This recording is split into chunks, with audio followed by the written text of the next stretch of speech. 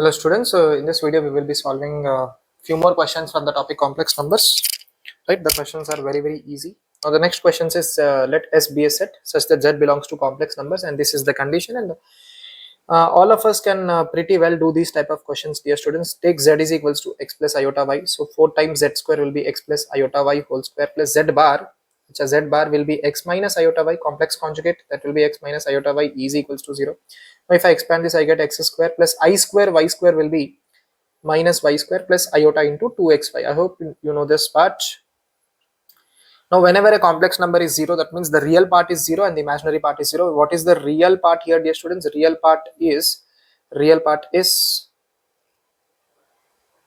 so the real part will be 4x square minus 4y square plus x equals to 0, and the imaginary part will be 4 into 2xy minus y equals to 0. That means 8xy minus y equals to 0. Now let us solve this equation first. If I take y common, I get 8x y into 8x minus 1. That means either y is 0 or x is 1 by 8.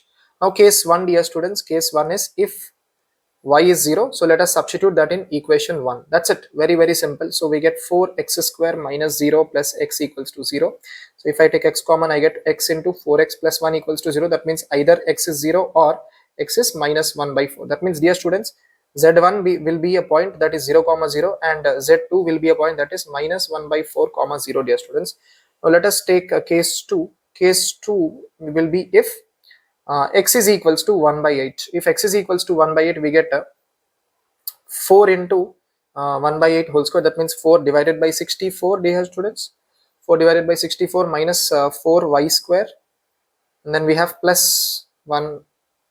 We have done plus x, that means plus 1 by 8 should be equals to 0. So this should be 1 by 16. 1 by 16 plus 1 by 8 will be 1 plus 2. So that will be 3 divided by 16 will be equals to 4y square. That means y square is 3 divided by 64. So y will be equals to plus or minus under root 3 divided by 8. That means z3 is a point which is 1 by 8 comma root 3 by 8.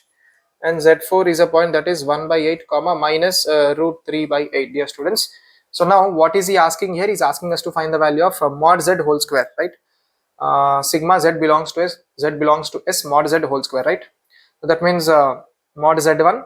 So what is he asking is mod z1 square plus mod z2 square plus mod z3 square plus mod z4 square. So what will mod z1 square be, dear students? That will be simply 0, and mod z2 square will be minus 1 by 4 whole square, dear students. I hope you know how to take.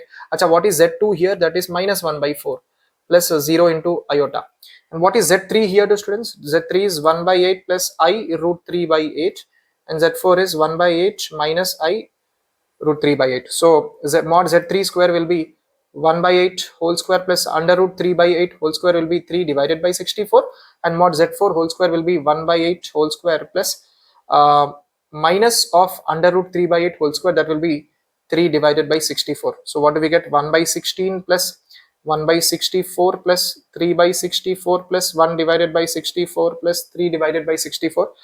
So here if I solve this, I get 6 plus 2, 8. 8 by 64 is 1 by 8. So ultimately we get 1 by 16 plus 1 by 8. That is, I think 3 by 16 should be the answer, dear students. 3 by 16 should be the answer. That's it.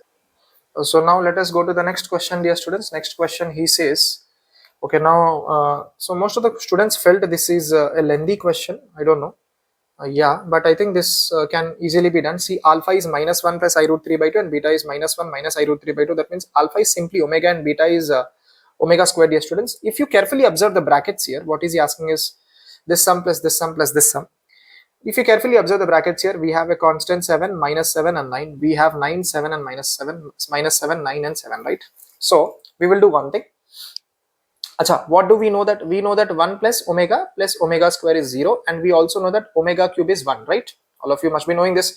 That means omega square is 1 by omega, dear students, and omega is 1 by omega square, correct? No? Yes. So we'll do one thing. The first bracket is 7 minus 7 alpha plus 9 beta whole power 20 will be 7 minus 7 alpha is omega plus 9 omega square whole raised to the power 20. Acha, now what is the second bracket, dear students? That is 9 plus 7 alpha minus 7 beta whole raised to the power 20. That will be 9 plus 7 omega minus 7 omega square whole raised to the power 20. Now, dear students, I'll do one thing in these type of questions. No, you can follow this rule. I have a 7, right? So we'll try to make this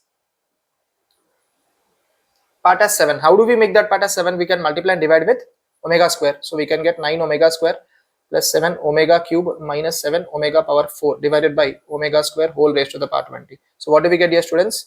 So omega cube is 1, so we get 7, and omega power 4 is anyways omega, correct? No? So we get minus 7 omega plus 9 omega square whole raised to the power 20 divided by omega raised to the power 40, right? Omega raised to the power 40.